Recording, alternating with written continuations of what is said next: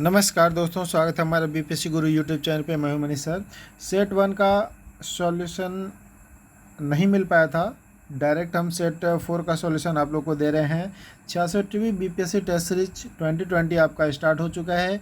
इसमें कुल 150 प्रश्न होंगे। ठीक है, चलिए मैं नीचे स्क्रॉल करके दिखा देता हूं कि टोटल कितने प्रश्न यहां पर आपको दिए गए हैं। आप लोग भी इस टेस्ट सीरीज से जुड़ सकते हैं। टेस्ट सीरीज का नंबर मैं आपको प्रोवाइड कराऊँगा। ठीक है, यहाँ पर देखिए टोटल 150 प्रश्न है, जिसमें जून माह के करंट अफेयर को इंक्लूड किया गया है। ठीक है, हमारा व्हाट्सअप नंबर है 9709774739। इस पर अपना नाम और प्लेस लिख करके भेजिए और लिखिए कि हमको बीपीएससी का व्हाट्सअप टेस्ट सीरीज ज्वाइन करना है, तभी जाकर के ये आपको पीडीएफ मिल पाएगा। ठीक है, इस टेस्ट के चार्ज रखे गए हैं 100 rupees per month, 100 rupees per month, जिसमें आपको 15 सेट एक महीने में दिया जाता है, एक दिन छोड़ करके एक दिन। ठीक है, एक नोटिस मिलेगा, उसमें सारा प्रोसेस ज्वाइन करने का लिखा हुआ है। आप लोग भी इस टेस्ट से जुड़े। पिछले साल 54 विद्यार्थी का पीटी में रिजल्ट इस ग्रुप से आया था और काफ़ी अच्छा टेस्ट सीरीज उन्होंने लगाया था। टोटल 60 टेस्ट सीरीज उन लोगों ने लगाया था। ठीक है, तो इस बार भी उम्मीद करते हैं कि अच्छा से अच्छा रिजल्ट हो आप लोगों का। ठीक है, चलिए बिना किसी देरी के पहला प्रश्न हम लोग डिस्कस करते हैं। ठीक है, पहला प्रश्न है, आर्यों के आदि ग्रंथ ऋग्वेद में मुख्यतः क्या समाविष्ट है? तो इसका राइट आंसर हो जाएगा ए नंबर, पहला नंबर इसका राइट है। ठीक है, तो देवताओं के बारे में जो स्तुति दिया गया है वह ऋग्वेद में ही दिया गया है। जैसा कि आप लोग जानते हैं, सनातन धर्म का सबसे पुराना जो उल्लेख मिलता है वह आपका ऋग्वेद में ही मिलता है, और ऋग्वेद में कुल सूक्त की संख्या कितनी है? वह आपका 1028 है, देखने को मिल जाएगा, आप लोगों ने पढ़ा ही होगा। ठीक है, और गायत्री मंत्र का भी चर्चा कहाँ पर किया गया है? ऋग्वेद में ही किया गया है। ठीक, चलिए दूसरा क्वेश्चन को हम लोग जरा सा देखते हैं। निम्नलिखित में से कौन सा भागवत धर्म का सबसे पहला ज्ञात यूनानी अनुगामी था? ठीक है, तो इसका राइट आंसर हो जाएगा सी नंबर, हेलियोडोरस। हेलियोडोरस कौन था, कहाँ का था? ठीक है, हेलियोडोरस दिया का या दियोन का पुत्र था। हेलियोडोरस दिया या दियोन का पुत्र था। यह एक यूनानी था, यूनान का निवासी था। ठीक है, वह भागवत धर्म का सबसे पहला प्रचार करने वाला यही व्यक्ति था। ठीक है, कहाँ का था? यूनान का। चलिए नेक्स्ट अगले क्वेश्चन में हम लोग चलते हैं। संस्कृत कवि राजशेखर किसके दरबार में रहते थे? ठीक है, तो इसका राइट आंसर हो जाएगा महिपाल। संस्कृत कवि राजशेखर किसके दरबार में रहते थे? तो यह महिपाल के दरबार में रहते थे। राजशेखर महाराष्ट्र के यायावर वंश के क्षत्रिय कुल में उत्पन्न हुआ था। ठीक है, ये आप लोग को पता होगा, नहीं पता है तो जान लीजिए। चलिए नेक्स्ट आगे हम लोग बढ़ते हैं। महात्मा बुद्ध ने अपना प्रथम धर्म चक्र परिवर्तन किस स्थान पर उपदेश दिया था? कहने का मतलब यही क्वेश्चन है। ठीक है, तो इन्होंने सबसे पहला उपदेश कहाँ पर दिया था? सारनाथ में। ठीक है, और ज्ञान की प्राप्ति कहाँ पर हुई थी? गया में। और ज्ञान प्राप्त करने के बाद वो कहाँ पर चला गया था? फिर से चला गया था सारनाथ, और सारनाथ में सबसे पहला प्रवचन दिया था। आप लोग कमेंट करके बताइएगा कि फर्स्ट जब प्रवचन दे रहा था तो वहाँ पर कितने लोग बैठे हुए थे। ठीक है, किसी को पता है तो कमेंट करके आप लोग अवश्य बताइएगा।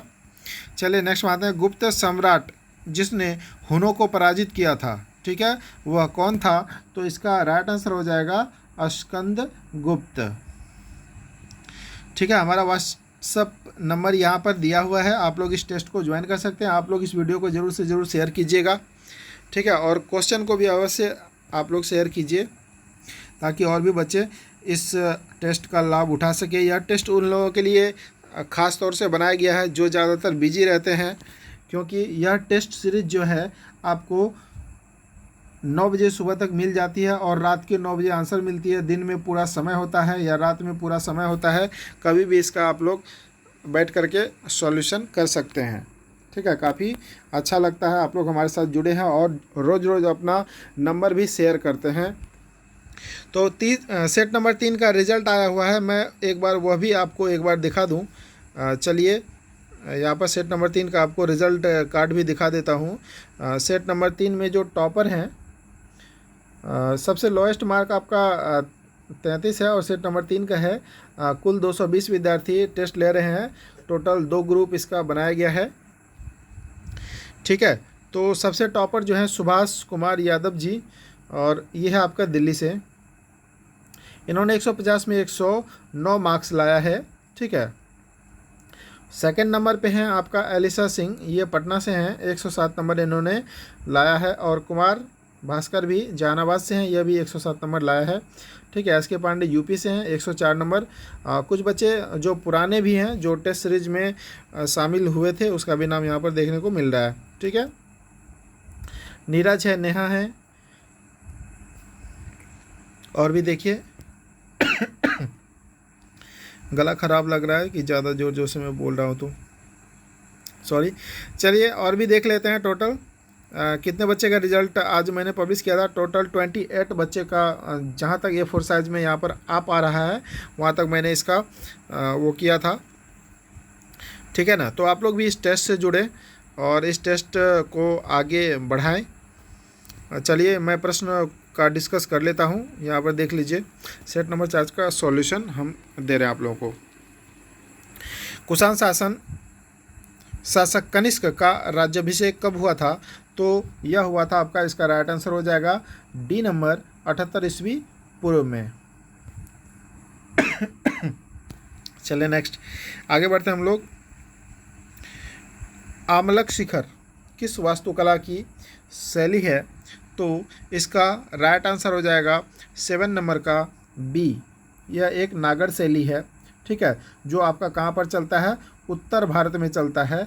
जो इस तरह का 4 भुजे पर खंभा रहता है, चतुर्भुज टाइप का, और ये सभी एक भुजा से जुड़ा हुआ रहता है। इसी को कहते हैं नागर शैली। ठीक है, एक द्रविड़ शैली होता है जो दक्षिण भारत में देखने को मिलेगा, वो इस टाइप का मंदिर देखने को मिलेगा साउथ इंडिया में। ठीक है ना, यहाँ पर इस टाइप का बना हुआ रहता है। ये आपका द्रविड़ शैली है और ये आपका नागर शैली है। नेक्स्ट बात है, पंचायत शैली का प्रसिद्ध मंदिर कहाँ पर है? 8 नंबर का क्वेश्चन है। इसका राइट आंसर हो जाएगा कंदरिया महादेव मंदिर। ये कहाँ पर है? महादेव मंदिर आपका ये है आपका मध्य प्रदेश MP में। ठीक है ना, खजुराहो मंदिर का नाम है यह, कंदरिया महादेव मंदिर खजुराहो के पास है, खजुराहो में। चलिए नेक्स्ट आगे बढ़ते हैं हम लोग। खाद्य श्रृंखला में मानव का स्थान कौन सा है? 9 नंबर क्वेश्चन है। इसका राइट आंसर हो जाएगा प्राथमिक एवं द्वितीय दोनों उपभोक्ता में यह शामिल किया गया है। नेक्स्ट है, निम्न में कौन सा प्रदूषक संकेतक है? प्रदूषक, ठीक है, यह आपका लाइकेन हो जाएगा। इसका राइट आंसर 10 का ए। लाइकेन वायु प्रदूषक का सूचक होता है। जहाँ पर बहुत ही ज़्यादा पॉल्यूशन होता है वहाँ पर लाइकेन नहीं उगता है। ठीक है, शैवाल और कवक जहाँ एक साथ उगता है उसी को लाइकेन कहा जाता है। तो लाइकेन वहाँ पर नहीं उगता है, मतलब कवक और शैवाल एक साथ वहाँ नहीं उगता है जहाँ पर ज़्यादा पॉल्यूशन हो। ठीक है, तो वायु प्रदूषक का सूचक कौन हो गया? लाइकेन। नेक्स्ट बात है, सिमलीपाल राष्ट्रीय उद्यान कहाँ पर है? सिमलीपाल आपका टाइगर रिजर्व भी है, यह आपका उड़ीसा राज्य में है।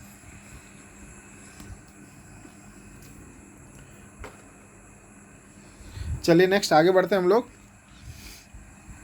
आप लोग वीडियो को लाइक और शेयर अवश्य कर दीजिएगा। एक वित्तपत्र मूलक एक वित्तीय प्रपत्र मूल प्रतिभूति कहा जाता है। ठीक है ना, तो इसका 12 नंबर का राइट आंसर हो जाएगा आपका बी, भारत सरकार। यह कौन प्रदर्शित करता है? भारत सरकार के द्वारा प्रदर्शित किया जाता है। ठीक है, काफ़ी परेशानी हो रही है गले में। चलिए आगे देखते हैं हम लोग। कोई राष्ट्र सामान्यतः अपनी मुद्रा का अवमूल्यन किस लिए करता है? ठीक है ना, 13 नंबर का राइट आंसर हो जाएगा ए नंबर, अपने भुगतान अवशेष में हुए घाटे को बदलने के लिए कोई राष्ट्र अपना क्या करता है? अवमूल्यन करता है। ठीक है, अवमूल्यन का मतलब होता है कि मुद्रा के वैल्यू को घटाना। ठीक है, चलिए नेक्स्ट अगले प्रश्न पे हम लोग चलते हैं। चंद्रशेखर समिति का संबंध किससे है? तो इसका राइट आंसर हो जाएगा शेयर बाजार से, ठीक है ना। चंद्रशेखर समिति बनाया गया था शेयर को सही करने के लिए। चलिए नेक्स्ट अगले प्रश्न में आते हैं हम लोग। नर्मदा और ताप्ती नदियाँ के बीच कौन स्थित है? ठीक है, तो इसका राइट आंसर हो जाएगा सतपुरा पर्वत श्रेणी, बी नंबर इसका राइट आंसर हो जाएगा, नर्मदा और ताप्ती। जैसा देखते होंगे इधर इस टाइप का भारत देखने को मिल रहा होगा, तो यहाँ से आपका नर्मदा नदी निकलती है, नीचे से तापी, इसी बीच में आपका सतपुरा पर्वत श्रेणी देखने को मिल जाएगा। और इसके उत्तर में, नर्मदा के उत्तर में विंध्या पर्वत श्रेणी देखने को मिल जाएगा। तो विंध्या पर्वत श्रेणी, यहाँ पर सतपुरा पर्वत श्रेणी है जिनके बीच से नर्मदा नदी गुजरती है, तो इसका राइट आंसर हो जाएगा सतपुरा पर्वत श्रेणी। ठीक है, कैसा लग रहा है आप लोग को डिस्कशन, आप लोग बताइएगा, तो मैं रोज देने का प्रयास करूँगा। ठीक है, चलिए आगे बढ़ते हैं हम लोग। विश्व में स्वर्ण का अधिकार, स्वर्ण का सर्वाधिक खपत करने वाला देश कौन सा है? तो जानते हैं भारत की महिलाएं सबसे ज़्यादा सोना पसंद करती है। ठीक है, सोना का मतलब वो स्लीपिंग वाला सोना नहीं है, सोना का मतलब है गोल्ड। ठीक है ना, तो सबसे ज़्यादा, सबसे जेवर जवाहरात भारत की महिलाओं के पास होती है, तो खपत करने वाला देश है भारत। ठीक है, अगले प्रश्न की ओर हम लोग आते हैं।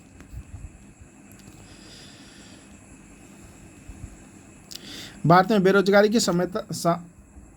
की समस्या मूलतः कैसी है? तो इसका राइट आंसर हो जाएगा चक्रीय, क्योंकि एक चक्र के समान है जो घूम घूम करके बेरोजगारी मौसम दर मौसम बदलते रहता है, कभी रोजगार मिलता है, कभी फिर वह बेरोजगार हो जाते हैं। जैसे कृषि में छिपी हुई बेरोजगारी है, जिसको चक्रीय बेरोजगारी भी कहा जा रहा है। ठीक है, नेक्स्ट में आते हैं हम लोग। संरचनात्मक बेरोजगारी का कारण है, 18 नंबर क्वेश्चन है, इसका राइट आंसर हो जाएगा डी नंबर। ठीक है, नेक्स्ट में आते हैं। भारत में सकल घरेलू बचत में निम्नलिखित में से किसका योगदान सर्वाधिक है? तो इसका राइट आंसर हो जाएगा ए नंबर, सकल घरेलू क्षेत्र का सबसे अधिक योगदान होता है। निम्नलिखित में से कौन सा देश बैंकर के अंतर्गत नहीं आता है? ठीक है, तो इसका राइट आंसर हो जाएगा डी नंबर, क्षेत्रीय ग्रामीण बैंक। किस वर्ष मुस्लिम लीग द्वारा पाकिस्तान की स्थापना की मांग करने वाला प्रस्ताव पारित किया गया था? 21 नंबर क्वेश्चन है, इसका राइट आंसर हो जाएगा सी नंबर, 1940 में पहली बार किया गया था। भारत में आज़ाद राष्ट्र किस आंदोलन के दौरान सक्रिय रहा था? तो इसका राइट आंसर हो जाएगा सी नंबर, भारत छोड़ो आंदोलन के दौरान। ठीक है, भारतीय राष्ट्रीय सेना की स्थापना किस वर्ष किया गया है? 23 नंबर का क्वेश्चन है, इसका राइट आंसर हो जाएगा बी नंबर, 1941 में। नेक्स्ट है, भारत में भवन वस्तु पर स्पष्ट फ्रेंच प्रभाव कहाँ परिलक्षित होता है? तो इसका राइट आंसर हो जाएगा 24 का बी नंबर, पुडुचेरी। नेक्स्ट बात है, यदि दो संख्याओं का योग, अच्छा ये मैथमेटिक्स का क्वेश्चन है, आप लोग बना करके देख लीजिएगा। ठीक है ना, तो इसका मैं केवल आंसर बता देता हूँ आप लोगों को, आंसर हो जाएगा इसका सी नंबर। ठीक है, और 26 का जो आंसर हो जाएगा वो हो जाएगा आपका, इसका भी सी हो जाएगा, और 27 का हो जाएगा ए। यहाँ पर देख लीजिए समवर्ती सूची, यहाँ तो पॉलिटी का क्वेश्चन लग रहा है। समवर्ती सूची में लिखे विषयों पर अधिनियम बनाने का अधिकार किसके पास होता है? राज्य और संघ को। ठीक है, क्योंकि यहाँ पर 3 सूची का वर्णन किया गया है, एक होता है संघ सूची, एक राज्य सूची, एक समवर्ती सूची। ठीक है, 1 2 3। समवर्ती सूची में जितने विषय शामिल है उसमें राज्य और संघ दोनों कानून बना सकती है।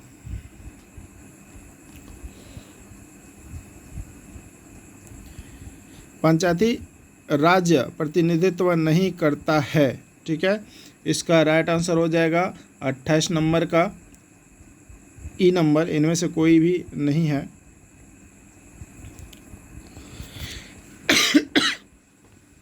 नेक्स्ट में आते हैं, दो संख्या 3:5, ये तो मैथमेटिक्स का क्वेश्चन है। 29 का आंसर हो जाएगा आपका बी नंबर। नेक्स्ट में आते हैं, मुख्यमंत्री कन्या उत्थान योजना किस राज्य की योजना है? ठीक है, तो इसका राइट आंसर हो जाएगा ए बिहार। नीतीश कुमार ने यह योजना स्टार्ट किया है। चलिए नेक्स्ट बातें हैं, लंबाई की न्यूनतम इकाई क्या है? लंबाई की न्यूनतम इकाई क्या है? ठीक है, तो इसका राइट आंसर हो जाएगा फर्मी मीटर, डी नंबर, क्योंकि इसका पूरा एक्सप्लेनेशन जान लीजिए। एक माइक्रोन बराबर होता है 10⁻⁻6 मीटर और एक फर्मी मीटर बराबर होता है 10⁻15 मीटर। तो सबसे छोटा कौन सा हो गया? Fermi metre. ठीक है, नैनोमीटर की अगर बात करें तो इसका होता है 10⁻⁻9 और एंग्रोमीटर की बात करें तो इसका होता है 10⁻10। ठीक है, 32 नंबर का क्वेश्चन है, वृत्ताकार पथ के चारों ओर पिंड की गति किसका उदाहरण है? इसका राइट आंसर हो जाएगा ए नंबर। राज्य प्रशासन की सबसे छोटी इकाई कौन सी है? तो इसका राइट आंसर हो जाएगा ए नंबर, ग्राम पंचायत सबसे छोटी इकाई है जो यहाँ पर शासन किया जाता है। और गांधी जी का भी सपना था कि सबसे छोटी स्तर पर प्रशासन की इकाई हो। ठीक है, निम्न में कौन सा एक सदिश राशि है? तो 34 नंबर का आंसर हो जाएगा ए, संवेग एक सदिश राशि है। ठीक है, नेक्स्ट बात है, निम्न में कौन सा प्रबल अम्ल कौन सा है? ठीक है, 35 नंबर का राइट आंसर हो जाएगा डी, ट्राइक्लोरो एसिटिक अम्ल। चलिए नेक्स्ट आगे बढ़ते हैं हम लोग। निम्नलिखित में से कौन सा नियम बल की प्रकृति बताता है? 36 नंबर का राइट आंसर हो जाएगा न्यूटन का तीसरा नियम, डी। नेक्स्ट बात है, निम्न में कौन सा वल्कनीकृत रबर की विशेषताएं हैं? ठीक है, इसका राइट आंसर हो जाएगा यह अन्य रबर की तुलना में कठोर होता है। वल्कनीकृत करने के लिए हम लोग उस पर एस मिलाते हैं, मतलब सल्फर मिलाते हैं, गंधक मिलाते हैं, जिसके कारण रबर थोड़ा सा कड़ा हो जाता है और उसका हम लोग इस्तेमाल करते हैं टायर बनाने में, लेदर वगैरह सब का, बेल्ट वगैरह सब बनाने में। ठीक है ना, तो इस तरह से आप लोगों ने देखा कि इसमें टोटल 150 क्वेश्चन है, साइंस वगैरह सब के क्वेश्चन को भी शामिल किया गया है। ठीक है, तो आप लोग इस टेस्ट सीरीज का हिस्सा बनिए, आप लोग इस टेस्ट सीरीज में भाग लीजिए और इस वीडियो को ज़्यादा से ज़्यादा शेयर कर दीजिए ताकि अन्य सभी विद्यार्थी के पास यह आराम से पहुंच सके और इस टेस्ट का लाभ उठा सके। कहीं पर भी वो जॉब कर रहे हैं तो आराम से इस टेस्ट को दे सकते हैं, कोई बैंडेशन नहीं है, कोई टाइम का बैंडेशन नहीं है, आराम से कभी भी इस टेस्ट को बना सकते हैं। हमारा व्हाट्सएप नंबर यहाँ पर दिया गया है। ठीक है, आप लोग इसको शेयर कीजिए और ज़्यादा से ज़्यादा ग्रुप में शेयर कीजिए। इसका टोटल क्वेश्चन का सॉल्यूशन हम लोग नहीं देख पाएंगे क्योंकि गला में बार बार खिसखिसाहट आ रही है।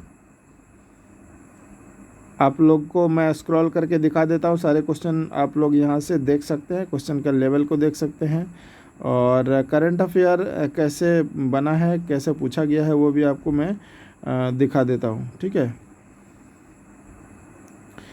तो यहाँ पर आपको देखने को मिल रहा है। अब इसके बाद करंट अफेयर स्टार्ट हो जाएगा।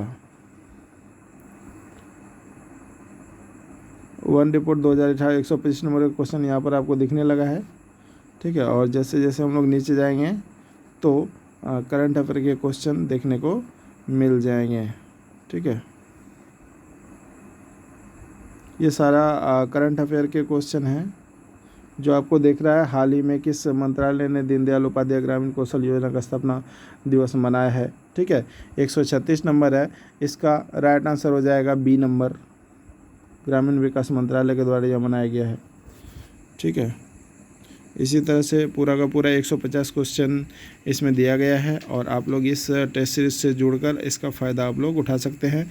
वीडियो बहुत ज़्यादा लंबा हो जाएगा, इसलिए टोटल सॉल्यूशन भी नहीं किए, कुछ इजी क्वेश्चन और कुछ टफ क्वेश्चन, दोनों टाइप के क्वेश्चन इसमें शामिल किए जाते हैं। आप लोग भी इस टेस्ट का हिस्सा बने, मैं इतना ही कहूँगा। और एक वैकेंसी और भी आ गई है बीपीएससी की, जो जो उसके लिए एलिजिबल है फॉर्म को अवश्य भरिए और टेस्ट का हिस्सा बनिए। धन्यवाद। शुभ रात्रि।